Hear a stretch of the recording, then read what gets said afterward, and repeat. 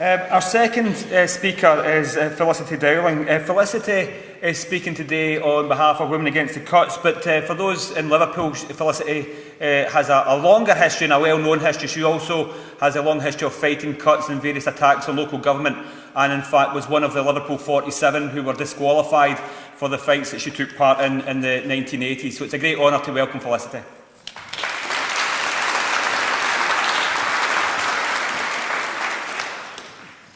Thank you for the invitation, and I hope the conference has left you refreshed and ready for the struggle ahead. The newspapers this morning demonstrated just how much government cuts are hitting women.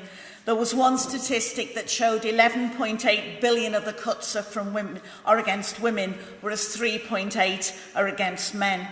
And as women are the largest users of social services and of the welfare state, and the largest group of employees within that area, all of those cuts double and treble impact on women. And particularly vicious cuts are impacting on the lowest paid of our working women this coming week, with reduction in tax credits, which have been estimated by Child Poverty Action to actually be cutting £74 a week from people's wages. This is an impossible situation. But they're not the only people often feeling they're on their own, facing dire poverty. Those of you that are from this area might have seen in the Liverpool Against the Cuts Facebook site today a really desperate posting from a disabled woman thinking that she was going to be left forever stuck in a high-rise flat without the right to get out, as her benefits were cut one by one, and as, having fought off one Atos assessment, she was now being faced with the second one.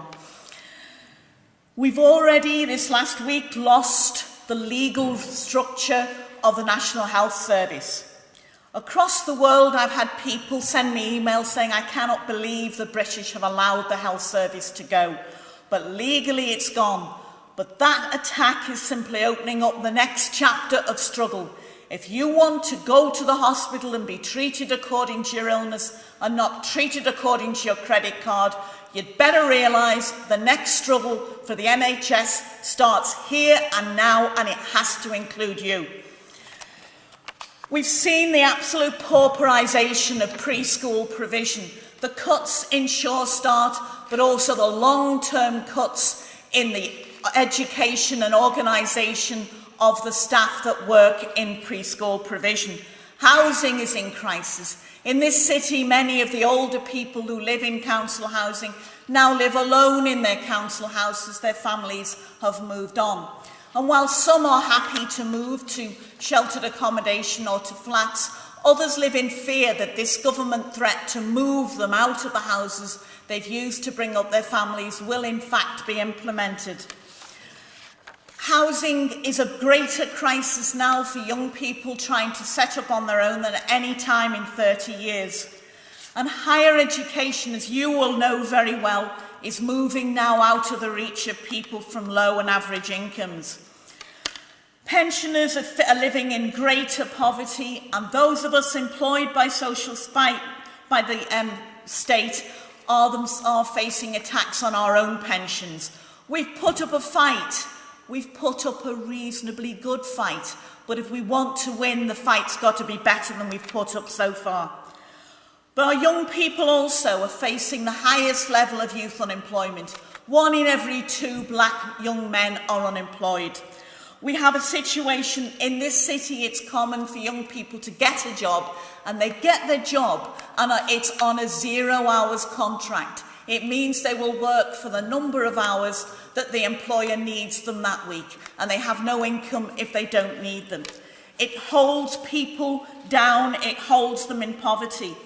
All that we hold in common, all that we share as our commonwealth, is seen by this government as something they can take.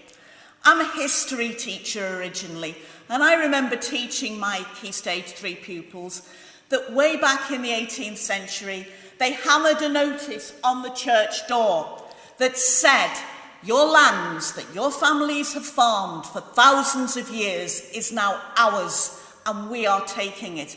This was law. It wasn't right, but it was law. And we have to keep in people's minds the distinction that what's legal is not always right, and what's right is not always legal. We're now commonly talking about the cuts. The organisation that I work in, Women Against the Cuts, we get to be happy about that word. They're the statistics, they're the cuts, they're the events, they're the people losing their jobs. They're the fact that the voluntary service organisations in Liverpool now have many more desks than there are people there working. The women have lost their jobs hand over fist in that area. But as well as the cuts, we've got a disease, and that disease comes like an infection from those cuts. Worry, anger, depression, hopelessness affect many people's lives, and we know that that can have a lifetime's effect. Sinisterly, they're linked with cut attacks on women's rights. We have US-style anti-abortion people coming in trying to change the hard-won rights of women, just as the services to protect them, as you know better than me, are being attacked. And we have the rise of fascism. We've had the BNP, and we've done not bad in fighting off the BNP. But in this city a few weekends ago, we had the spectre of a march being attacked physically by a bunch of street-fighting fascists, and we lost. We need to raise with people again the fact that we fought the fascists because they're a danger to us, and they will come back. The EDL, or they call themselves the got their crazy name they're using at the moment, the Northwest Infidels, they're calling themselves, are street fighters come to attack people, come to attack our marches, come to attack Occupy, come to attack asylum seekers, come to attack. When we had an action against them in the street, and there were 12-year-old Somali girls arguing against the BNP, and they were prepared to turn on 12-year-old Somali girls. But what this has meant, what the government has meant in this city, is the return to the 80s, the return to the grinding poverty of the 80s, and a return to the grinding poverty of the 1930s. The unions showed their strength on June the 30th and in the big November pension strike. The huge demonstration in London last March showed what they can mobilise. But many of the union leaders are now in the wrong place at the wrong time, described to me by a new rep from a different union, not mine, as being like plants grown in the wrong conditions, sappy, pale and weak. They don't understand the new situation. Some of us are lucky enough to be in democratic unions where we can have a say, and we do face their new problems. We explore how to manage and organise in new circumstances.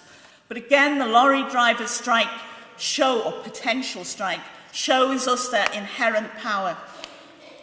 But in these conditions, facing an attempt to destroy in its entirety the welfare state, we have to go back to our old ways of organising, to organising in workplaces and in communities, to defend what we have and what we need, to do what we think is right even when it hurts, to agitate, to make our point, to educate and to organise all of those opposed to the cuts, to leave behind the I'm clever, I understand better, do as I say mode of organising, to recruit ordinary men and women, young and old, the unemployed and the employed, to the struggle to fight for what their forefathers and mothers fought for, to build again a new mass movement that will protect the welfare state, to go back to the older tradition of struggle.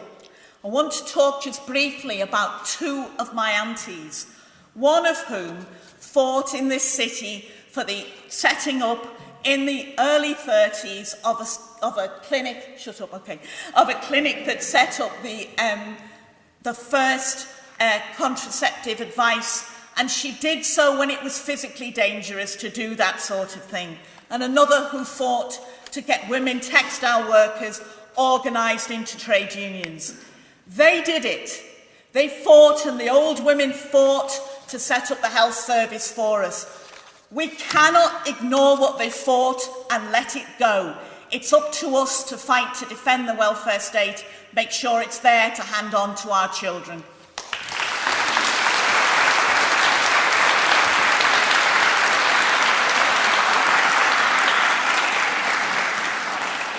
Thanks very much, Felicity. I panicked in the middle of the speech when she said that the truckers' strike was on. I was just about to rush out and go and join a petrol queue.